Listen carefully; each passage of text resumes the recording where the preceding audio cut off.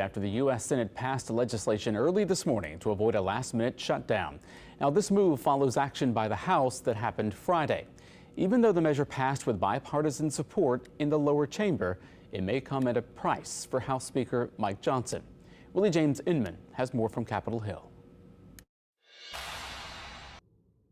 The Senate has now passed a bill which will fund the government for the rest of the year and avoid a shutdown which was set to take effect at midnight. It is good for the country that we have reached this bipartisan deal. It wasn't easy, but tonight our persistence has been worth it. The bill now heads to the president's desk for his signature after the House passed the bill with broad bipartisan support Friday morning. On this vote, the yeas are 286, the nays are 134. The funding bill passed in the House despite stiff opposition from the right wing of the Republican Party, who say spending is too high and it doesn't address the real crisis in the country. Some will say that the Republicans are in the majority in the House, but it's clear that the Democrats own the Speaker's gavel. Because this bill, it's not a Republican piece of legislation. It's keeping the border open.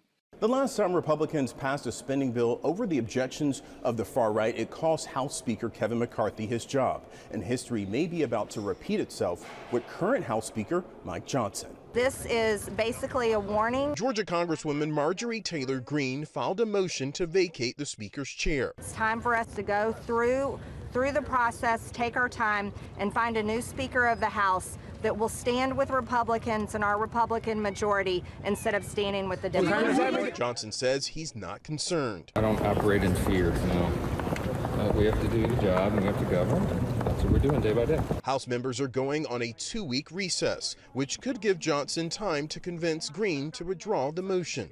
Willie James Inman, CBS News, Capitol Hill. Greene did not file the motion to vacate as a privileged motion. Had she done so, the House would have been required to vote on the measure within 2 days. With a very thin majority in the House, it would only take 4 Republicans voting with Democrats to unseat Johnson from the Speaker's chair. Louisiana Congressman Mike Johnson is facing a challenge to that leadership, as we mentioned. Hard-right Representative Marjorie Taylor-Greene filed a motion to strip him of the gavel, which is what we just mentioned to you, and Paul Murphy has the follow-up from local reaction. Today I filed a motion to vacate after Speaker Johnson has betrayed our conference and broken our rules. Louisiana Congressman Mike Johnson is facing a potential revolt from the far right just as Congress heads home for the 2-week Easter break. Representative Marjorie Taylor-Greene, a conservative firebrand from Georgia, claims the House Speaker has betrayed the American people and the Republican Party by working with Democrats to pass a $1.2 trillion funding package to avoid a partial government shutdown. She's now threatening to call a vote to oust Johnson as House Speaker. And I do not wish to inflict pain on our conference and to throw the House in chaos.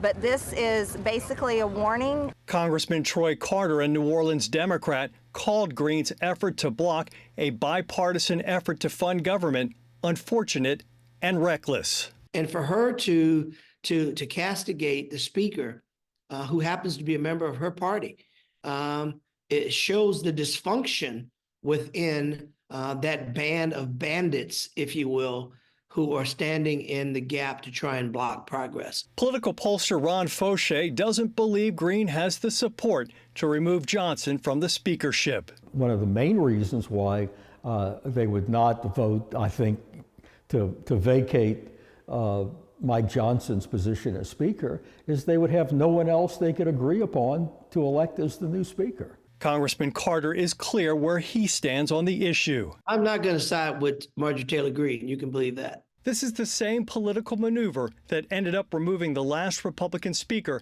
Kevin McCarthy, 5 months ago. In a statement, Louisiana Congressman Steve Scalise, the House Majority Leader, called Johnson a good friend. He said, quote, "I'm opposed to any motion to vacate the chair and am committed to working with Speaker Johnson to grow our majority and get President Trump back in the White House so we can save our country." It's unclear whether Greene will call for a vote on her motion to vacate when Congress returns from the Easter break.